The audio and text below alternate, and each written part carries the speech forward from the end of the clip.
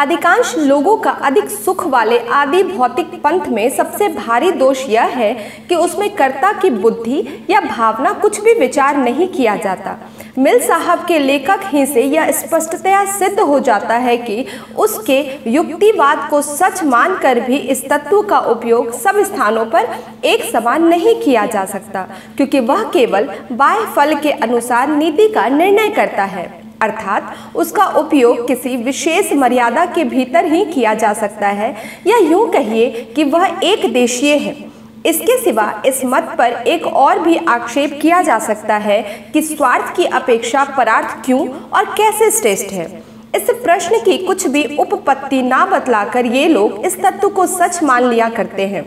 फल यह होता है कि बुद्धिमान स्वार्थ की बेरोक वृद्धि होने लगती है। यदि स्वार्थ और परार्थ ये दोनों बातें मनुष्य के जन्म से ही विद्यमान रहती है, अर्थात स्वाभाविक है, तो प्रश्न होता है कि मैं स्वार्थ की अपेक्षा लोगों के सुख को अधिक महत्वपूर्ण क्यों समझूं? यह उत्तर तो संतोषदायक ही हो नहीं सकता कि तुम अधिकांश लोगों के अधिक सुख को देखकर ऐसा करो, क्योंकि मूल प्रश्न ही यह है कि मैं अधिकांश लोगों के अधिक सुख के लिए यत्न क्यों करूं? यह बात सच है कि अन्य लोगों के हित में अपना भी हित सम्मिलित रहता है, इसलिए यह प्रश्न हमेशा नहीं उठता। परंतु आधि भौतिक पंथ के उक्त तीसरे वर्ग की अपेक्षा इस अंतिम चौथे वर्ग की यही विशेषता है कि इस आधि भौतिक पंथ के लोग यह मानते हैं कि जब स्वार्थ और परार्थ में विरोध खड़ा हो जाए, तब बुद्धिमान स्वार्थ का त्याग करके परार्थ साधन ही के लिए यत्न करना चाहिए। इस पंथ की उक्त विशेषता की कुछ भी उपपत्ति नहीं दी गई है। इस अभाव की ओर एक विद्वान आदि भौतिक पंडित का ध्यान आकर्षित हुआ। उसने छोटे कीड़ों से लेकर मनुष्य तक सब सजीव प्राणियों के व्यवहारों का खूब निरीक्षण किया और अंत में यह सिद्धांत निकाला कि जबकि छोटे कीड़ों से लेकर मनुष्यों तक में यही गुण अधिकाधिक बढ़ता और प्रकट होता चला जा रहा है कि वे स्वयं अपने ही समान अपनी संतानों और अपनी जातियों की रक्षा करते हैं और किसी को दुख ना देते हुए अपने बंधुओं की यथासंभव सहायता करते हैं, तब हम यह कह सकते हैं कि सजीव सृष्टि के आचरण का यही परस्पर सहायता का गुण प्रधान नियम है।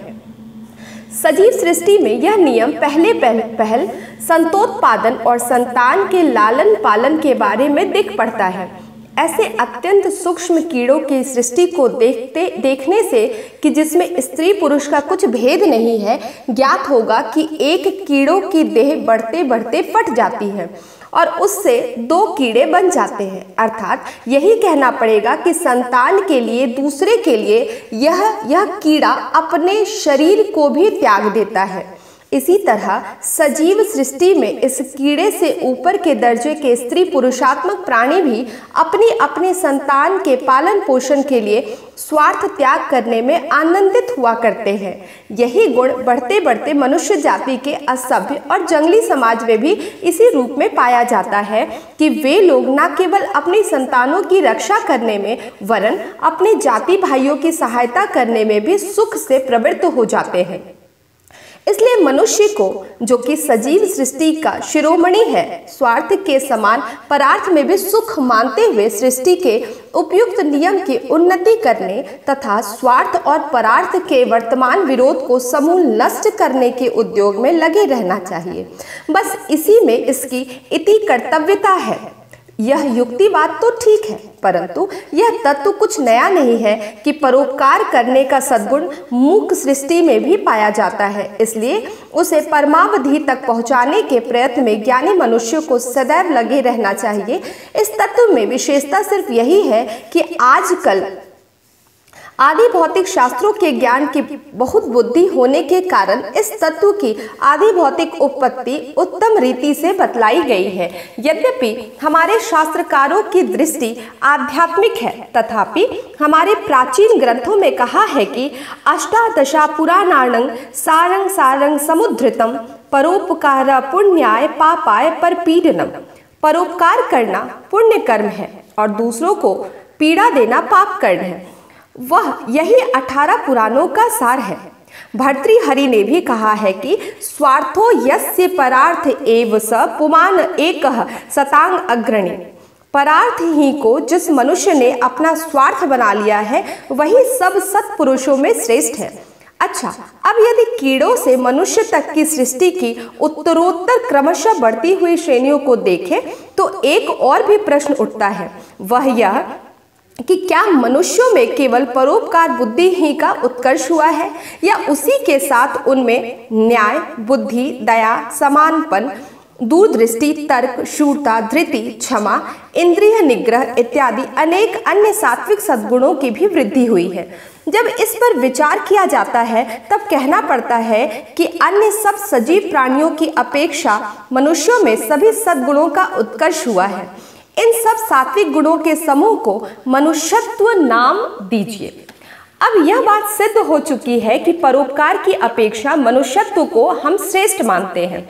ऐसी अवस्था में किसी भी कर्म की योग्यता अयोग्यता का विचार या नीतिमत्ता का निर्माण करने के लिए उस कर्म की परीक्षा केवल परोपकार ही की दृष्टि से नहीं की जा सकती। अब उस कर्म की परीक्षा मनुष्यत्व की दृष्टि से अर्थात मनुष्य जाति में अन्य प्राणियों की अपेक्षा जिन जिन गुणों का उत्कर्ष हुआ है उन सब को ध्यान में रखकर ही की जानी चाहिए। अकेले परोपकार को ध्यान में रखकर कुछ न कुछ निर्णय कर लेने के बदले अब तो यही मानना पड़ेगा कि जो कर्म सब मनुष्यों के मनुष्यत्व या मनुष्यपन को शोभा दे या जिस कर्म में मनुष्यत्व की वृद्धि हो वही सत्कर्म और वही नीति धर्म है। यदि एक बार इस व्यापक दृष्टि को स्वीकार कर लिया जाए तो अधिकांश लोगों का अधिक सुख उक्त दृष्टि का एक अत्यंत छोटा भाग हो जाएगा और इस मत का कोई स्वतंत्र महत्व नहीं रह जाएगा कि सब कर्मों के धर्म अधर्म या नीतिमत्ता का विचार केवल अधिकांश लोगों का अधिक सुख तत्व के अनुसार किया जाना चाहिए और तब तो धर्म अधर्म का निर्णय करने के लिए मनुष्यत्व का भी विचार करना आवश्यक होगा। और जब हम इस बात पर सूक्ष्म विचार करने लगेंगे कि मनुष्यपन या मनुष्यत्व का अर्थ स्वरूप क्या है तब हमारे मन में याज्ञवल्क्य के अनुसार आत्मा व अरे द्रष्टव्य यह विषय आप ही आप उपस्थित हो जाएगा। नीति शास्त्र का विवेचन करने वाले एक अमेरिकन ग्रंथकार ने इस समुच्चयात्मक मनुष्यत्व के धर्म को ही आत्मा कहा है। उपयुक्त विवेचन यह मालूम हो जाएगा कि केवल स्वार्थ या अपने ही विषय सुख की कनिष्ठ श्रेणी से बढ़ते बढ़ते आदि भौतिक सुखवादियों को भी परोपकार की श्रेणी तक और अंत में मनुष्यत्व की श्रेणी तक कैसे आना पड़ता है। परंतु मनुष्यत्व के विषय में भी और आदि भौतिकवादियों के मन में प्रायः सब लोगों के बाह्य विषय सुख ही की कल्पना प्रधान होनी चाहिए। अतएव आदि भौतिकवादियों की यह अंतिम श्रेणी भी जिससे अंतः शुद्धि और अंतः सुख का कुछ विचार नहीं किया जाता हमारे अध्यात्मवादी शास्त्रकारों के मत अनुसार निर्दोष नहीं है। यद्यपि इस बात को साधारणतया मान भी ले कि मनुष्य के सब प्रयत्न सुख प्राप्ति के तथा दुख निवारण ही के लिए हुआ करते हैं, तथापि जब तक पहले इस बात का निर्णय ना हो जाए कि सच्चा सुख किसमें है, आदि भौतिक अर्थात सांसारिक विषय भोग ही में है अथवा और किसी बात में है, तब तक कोई भी आदि भौतिक पक्ष ग्राह्य नहीं समझा जा सकता। इस बात को आदि भौतिक सुखवादी भी मानते हैं कि शारीरिक सुख से मानसिक सुख की योग्यता अधिक है। पशु को जितने सुख मिलते हैं वे सब किसी मनुष्य को देकर उससे पूछो कि क्या तुम पशु होना चाहते हो तो वह कभी इस बात के लिए राजी नहीं होगा। इसी तरह ज्ञानी पुरुषों को यह बतलाने की आवश्यकता नहीं कि तत्व ज्ञान के गहन विचारों से बुद्धि में जो एक प्रकार की शांति उत्पन्न होती है उसकी योग्यता सांसारिक संपत्ति अथवा बाह्य भोग से 1000 गुना बढ़कर है। अच्छा, यदि लोकमत को देखें तो भी यही ज्ञात होगा कि नीति का निर्णय करना केवल संख्या पर अवलंबित नहीं है। लोग जो कुछ किया करते हैं वह सब केवल आदि भौतिक सुख के लिए ही नहीं किया करते। वे आदि भौतिक सुख ही को अपना परम उद्देश्य नहीं मानते, बल्कि हम लोग यही कहा करते हैं कि बाह्य सुखों की कौन कहे। विशेष प्रसंग आने पर अपनी जान की भी परवाह नहीं करनी चाहिए, क्योंकि ऐसे समय में आध्यात्मिक दृष्टि के अनुसार जिन सत्य आदि नीति धर्मों की योग्यता अपनी जान से भी अधिक है उनका पालन करने के लिए मनोनिग्रह करने में ही मनुष्य का मनुष्यत्व है। यही हाल अर्जुन का था। उसका भी प्रश्न यह नहीं था कि लड़ाई करने पर किसको कितना सुख होगा, उसका श्री कृष्ण से यही प्रश्न था कि मेरा अर्थात मेरे आत्मा का श्रेय किसमें है, सो मुझे बतलाइए। आत्मा का यह नित्य का श्रेय और सुख आत्मा की शांति में है। इसलिए बृहदारण्यकोपनिषद में कहा गया है कि अमृत तत्वस्य तु नाशस्ते वित्तेन, अर्थात सांसारिक सुख संपत्ति के यथेष्ट मिल जाने पर भी आत्म सुख और शांति नहीं मिल सकती। इसी तरह कठोपनिषद में लिखा है कि जब मृत्यु नचिकेता को पुत्र, पौत्र, पशु, धन, द्रव्य इत्यादि अनेक प्रकार की सांसारिक संपत्ति देने सिद्ध हुआ तो उसने साफ जवाब दिया कि मुझे आत्मविद्या चाहिए, संपत्ति नहीं। और प्रिय अर्थात इंद्रियों को प्रिय लगने वाले सांसारिक सुख में तथा श्रेय अर्थात आत्मा के सच्चे कल्याण में भेद दिखलाते हुए श्रेयस्य श्रेयस्य मनुष्य में तस्तो संपरित्य विविनक्ति धीर श्रेयो ही धीरो भी प्रेयसो वृण्यतो प्रेयो मंदो योग क्षेमा वृण्यते। जब प्रेय यानी कि तात्कालिक बाह्य इंद्रिय सुख और श्रेय यानी कि सच्चा और चिरकालिक कल्याण ये दोनों मनुष्य के सामने उपस्थित होते हैं, तब बुद्धिमान मनुष्य उन दोनों में किसी एक को चुन लेता है। जो मनुष्य यथार्थ में बुद्धिमान होता है वह प्रेय की अपेक्षा श्रेय को अधिक पसंद करता है, परंतु जिसकी बुद्धि मंद होती है उसको आत्म कल्याण की अपेक्षा प्रेय अर्थात बाह्य सुख ही अधिक अच्छा लगता है। इसलिए यह मान लेना उचित नहीं कि संसार में इंद्रिय गम्य विषय सुख ही मनुष्य का ऐहिक परम उद्देश्य है तथा मनुष्य जो कुछ करता है वह सब केवल बाह्य अर्थात आदि भौतिक सुख के लिए अथवा अपने दुखों को दूर करने के लिए ही करता है। इंद्रिय गम्य बाह्य सुखों की अपेक्षा बुद्धि गम्य अंतः सुख की अर्थात आध्यात्मिक सुख की योग्यता अधिक तो है ही, परंतु इसके साथ साथ एक बात यह भी है कि विषय सुख अनित्य है। वह दशा नीति धर्म ही नहीं है। इस बात को सभी मानते हैं कि अहिंसा, सत्य आदि धर्म कुछ बाहरी उपाधियों अर्थात बाह्य सुख दुखों पर अवलंबित नहीं है, किंतु ये सभी अवसरों के लिए और सब कामों में एक समान उपयोगी हो सकते हैं। अतएव ये नित्य है। बाह्य बातों पर अवलंबित ना रहने वाली नीति धर्मों की यह नित्यता उनमें कहां से और कैसे आई अर्थात इस नित्यता का कारण क्या है, इस प्रश्न का आदि भौतिकवाद से हल होना संभव है।